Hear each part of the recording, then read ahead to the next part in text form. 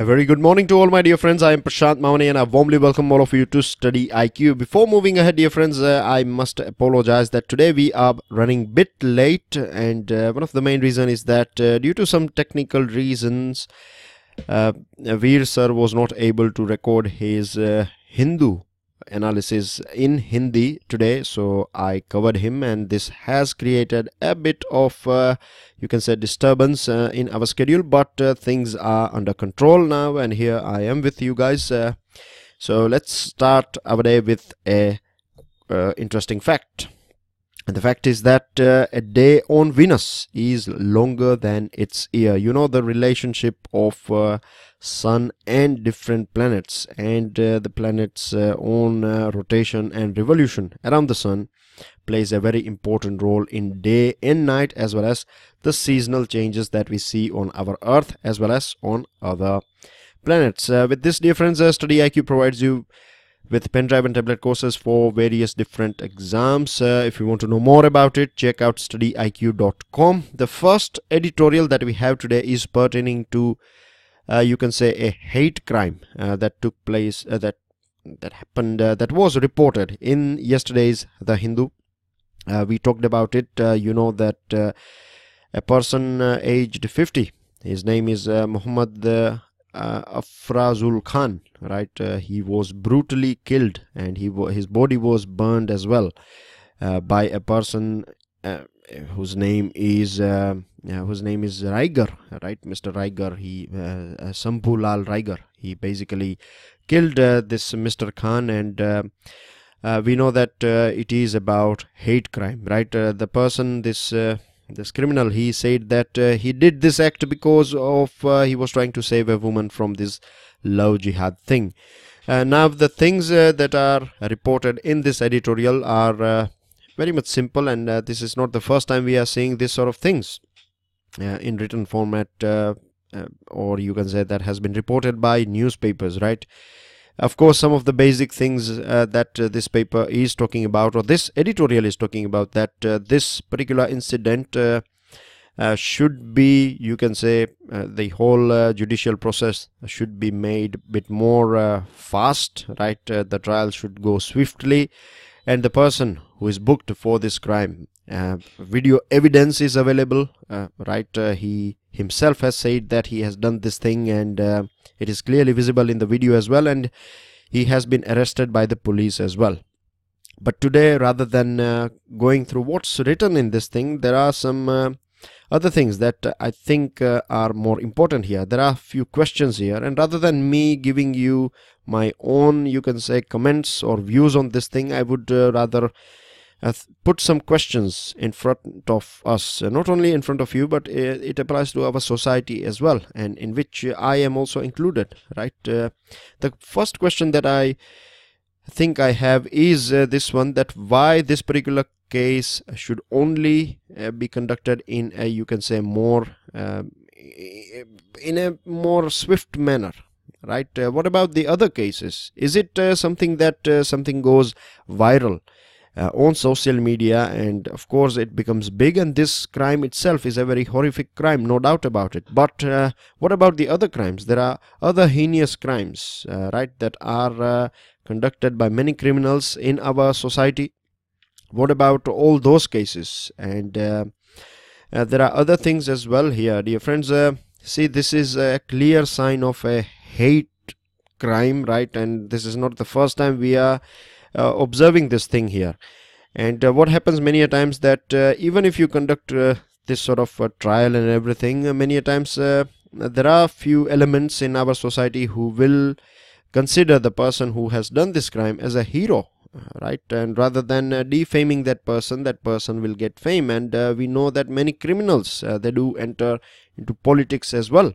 This is a reality that we are talking about. The other thing is that if you see from religious angles as well, then we have to also consider our secular nature of our constitution and our country, right? If you go through the preamble of our constitution, you have fundamental duties, fundamental rights. There are things that are clearly given there in our constitution, right? And if we agree with it or if we don't agree with it, it's a different thing altogether, but we are living under one system. We are all living under one constitution, and it is of course necessary for all of us, right? We have to do some sort of adjustments, right? Many times the things that do take place in our society may be contrary to our views, but that does not mean that one can use force or violence to state his or her point, and that's what has happened here.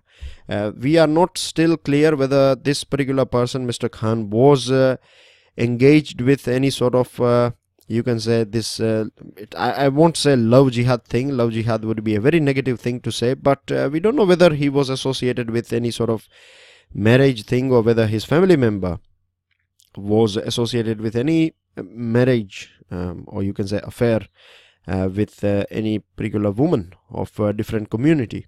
We don't know about it yet, but even if this person is involved in this thing or not, right, it all depends on this two particular parties, right, two individuals. If they are happy to marry with each other, then there is no need for any third party at all. And this is not only my view. I'm not saying that this is my view, right? A couple of days ago we talked about this Hadia case in which Supreme Court has clearly stated that an adult woman or an adult man, both of them have they have right, they are legally capable of taking decision to whom they should marry.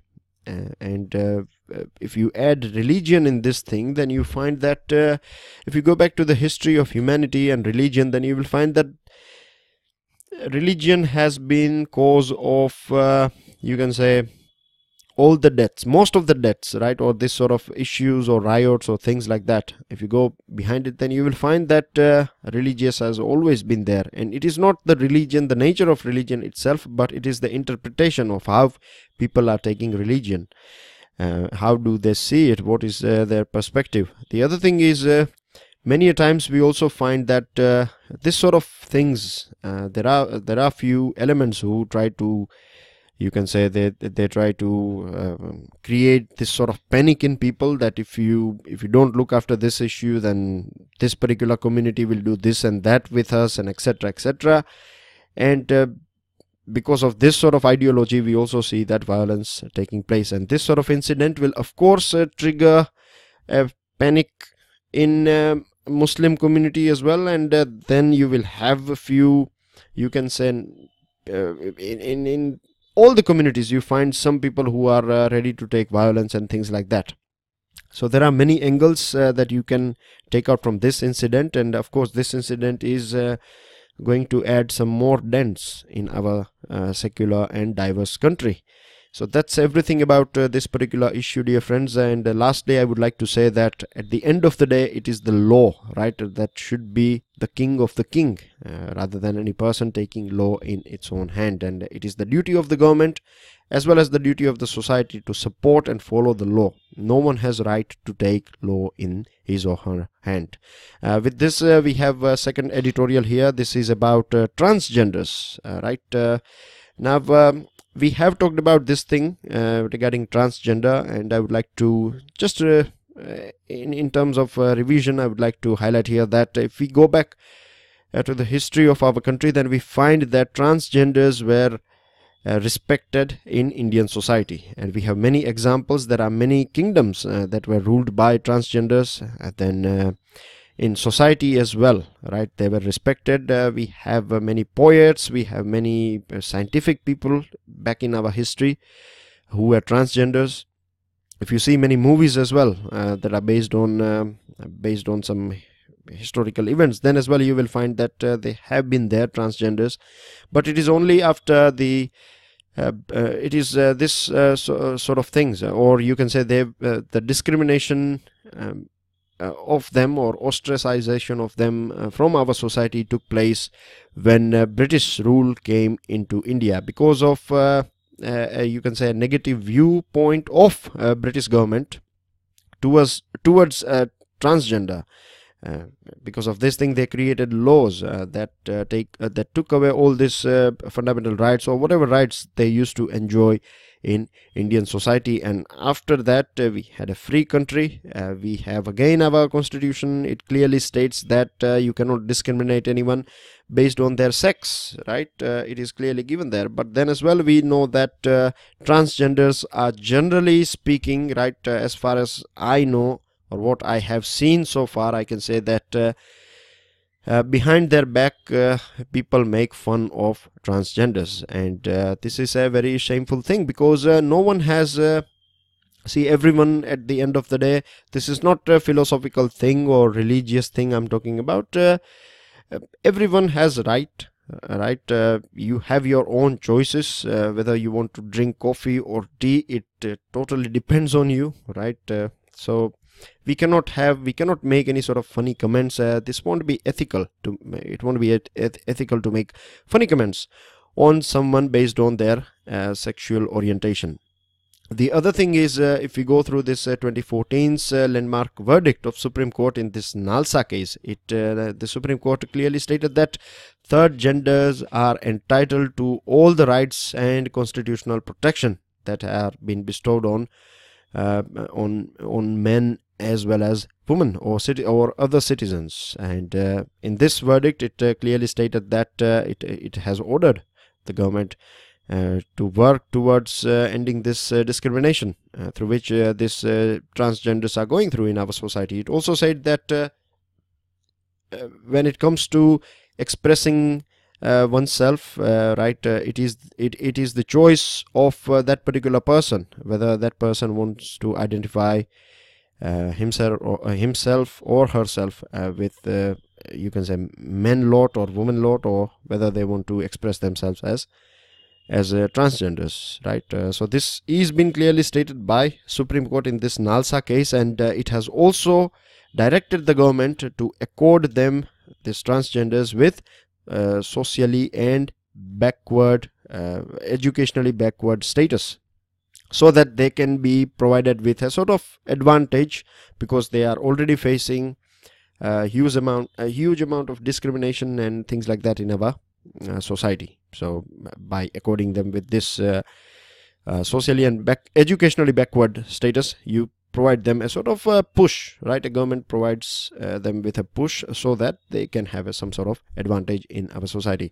Now in 2014, there was a private member, right, DMK's MP, Mr. Siva. He placed a bill, private members bill, and with this I would like to add here that see, a bill, generally speaking, right, is introduced by the government or the ruling party, but as per the constitution or as per the rules and regulation of the house, a private member as well can place a bill in the house, right? And if the bill is passed by both Rajya Sabha and Lok Sabha, then that becomes the law of the land.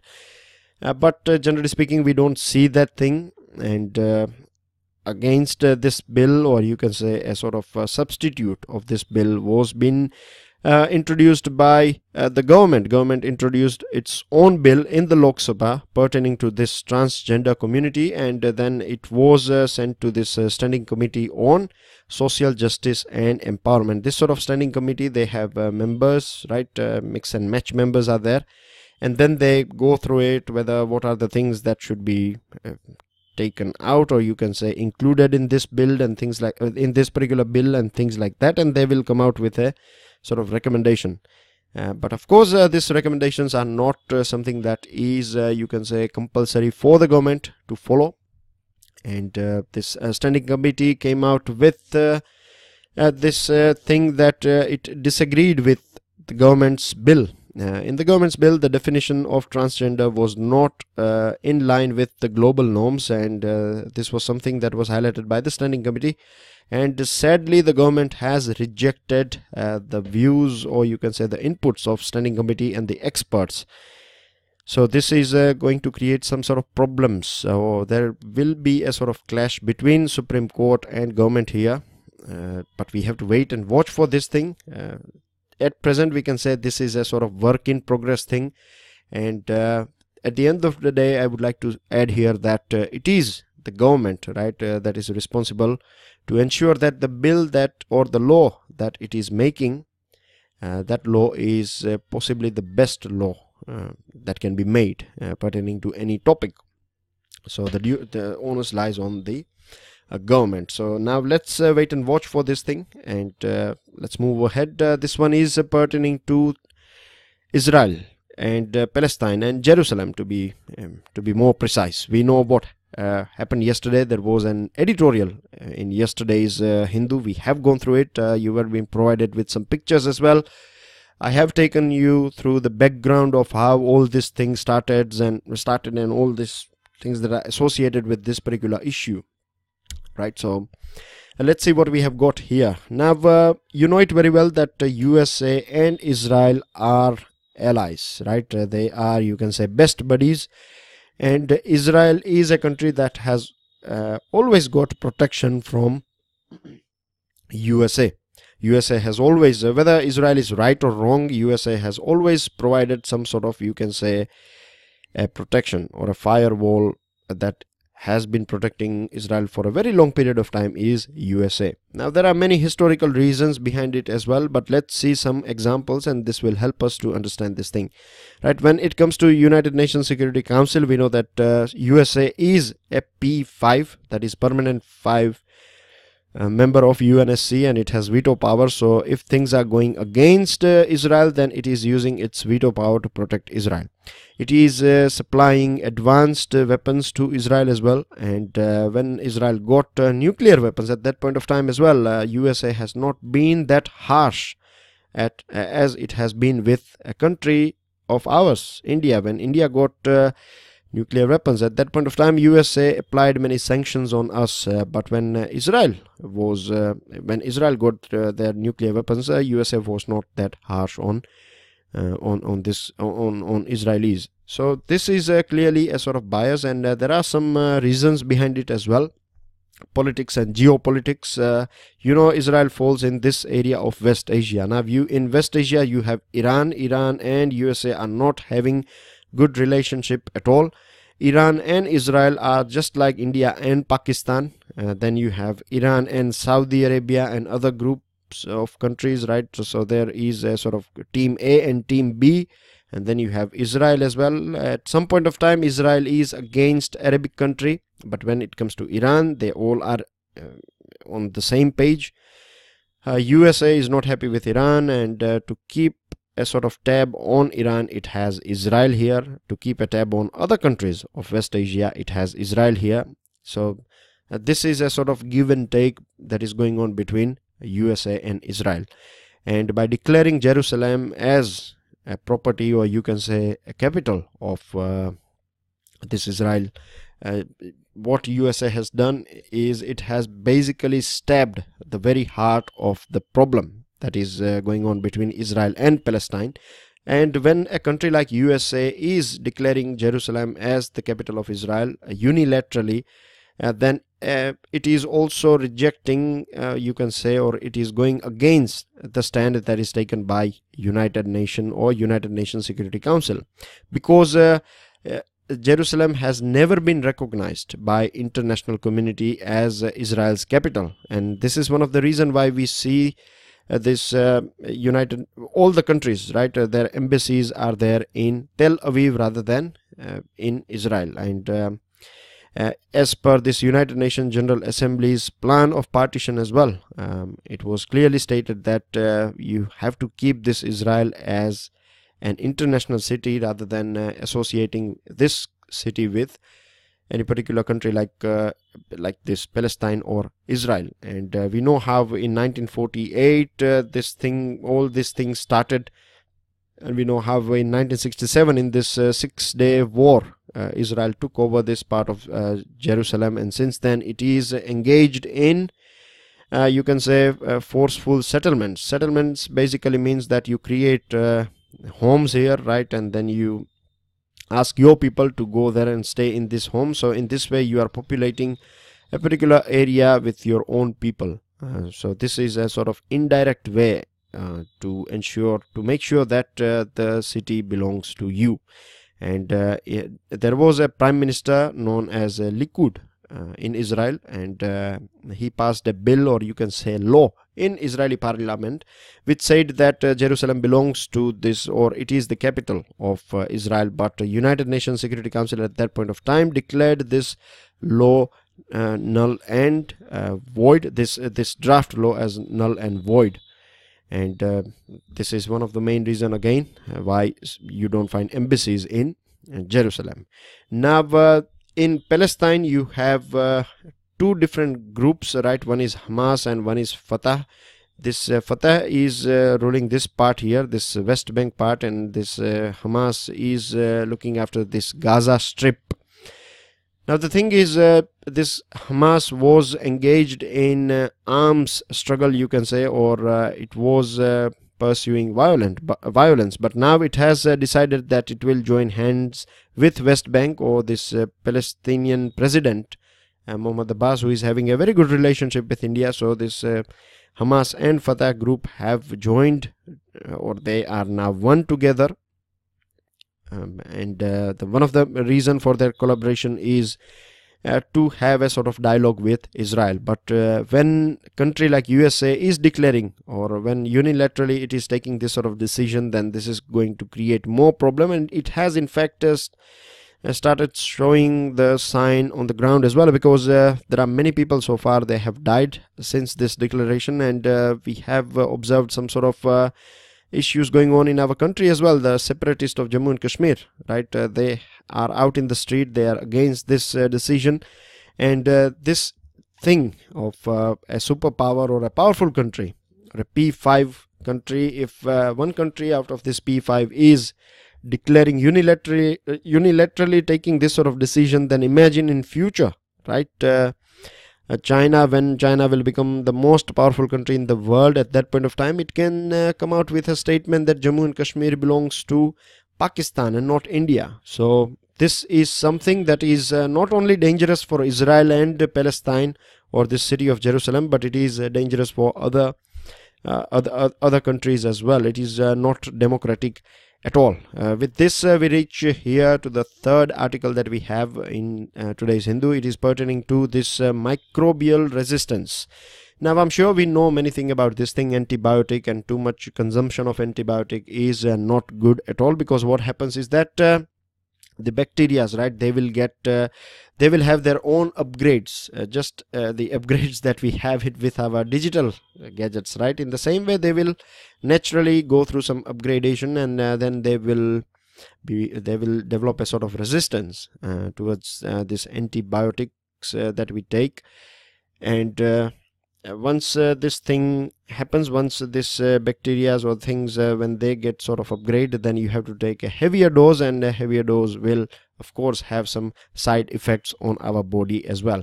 Now the thing is, what this article is basically talking about, that we are using, and this is a matter of fact, that we are using a huge amount of antibiotics, right? In our country, we know that you can get antibiotics over the counter as well. A couple of weeks ago it was reported in the news, and I have discussed this thing in Press Information Bureau analysis, that we are using too much of antibiotics when it comes to seafood, and because of this thing, most of our seafood is rejected by European countries. We know that vultures, right, they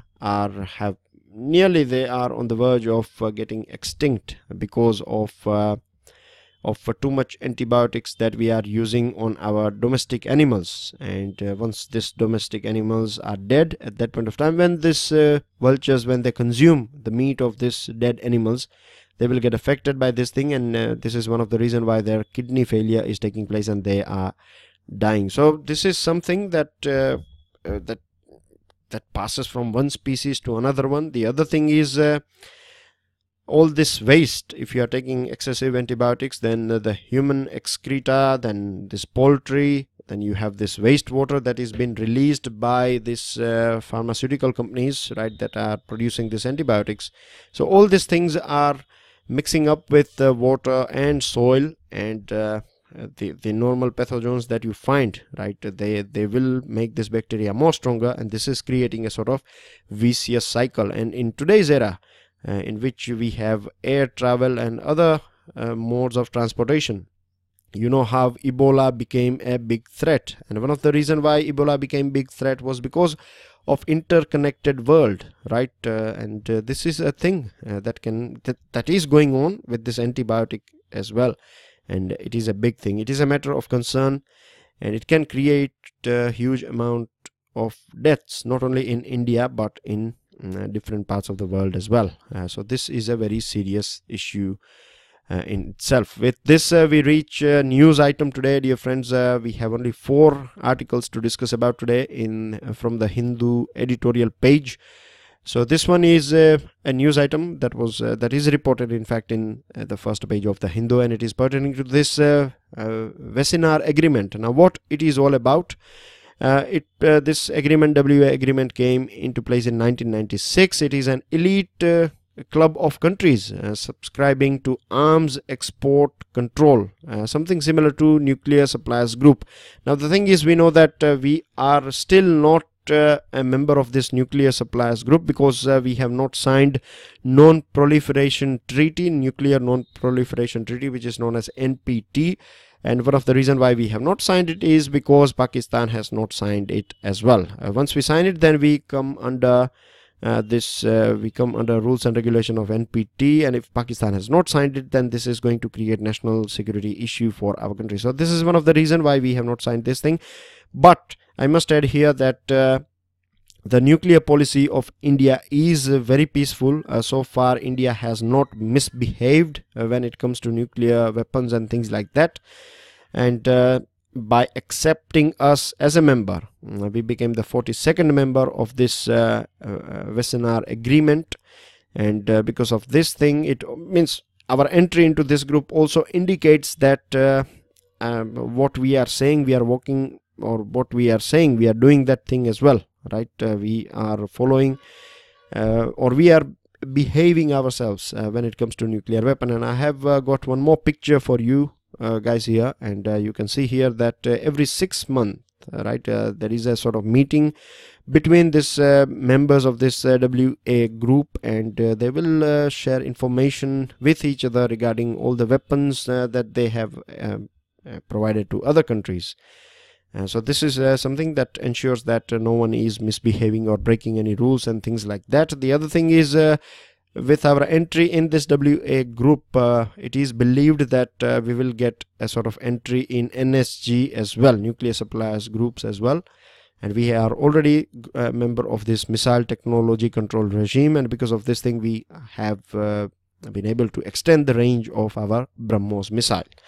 So this is basically everything about it, and of course entry to this thing will open doors for our country to import high technology products from other member countries, and we would be also to sell, we would be able to sell some things to other countries as well.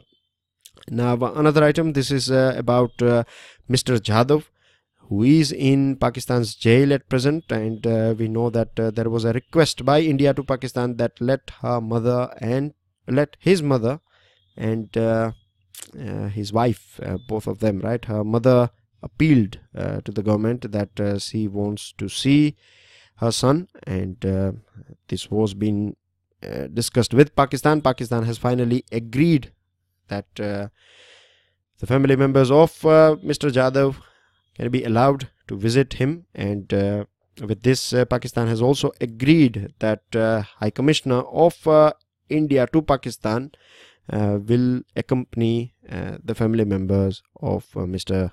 Jadhav.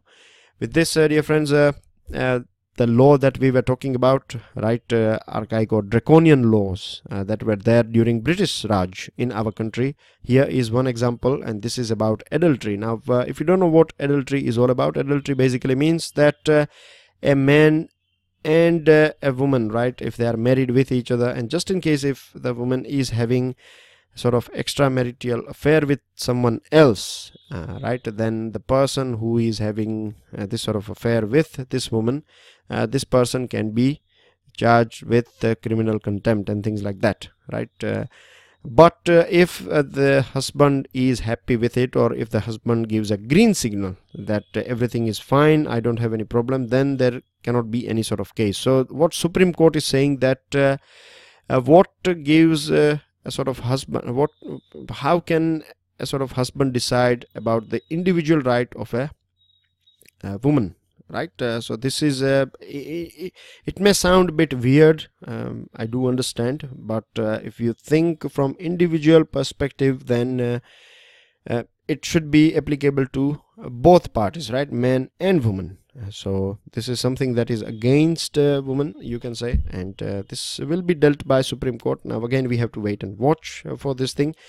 And last item that we have is pertaining to tax exemption, or you can say how we can raise this tax GDP ratio.